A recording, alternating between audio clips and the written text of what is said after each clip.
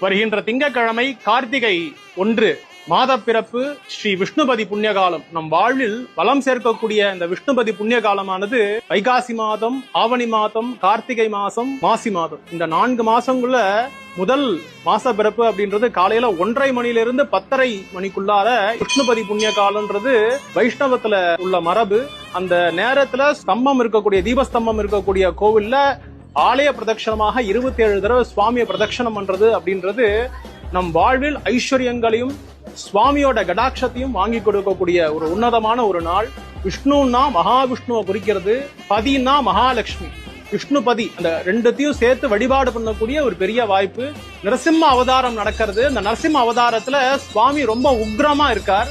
அந்த உக்ரகத்தை தணிக்கிறதுக்காக மகாலட்சுமி தாயார் கிட்ட வரும் பொழுது அந்த நேரம் தான் பெருமாள் சாந்தி அடைகிறாராம். சாந்தி அடைகிற நேரம் தான் விஷ்ணுபதி புண்ணிய காலன்றது சாஸ்திரம்.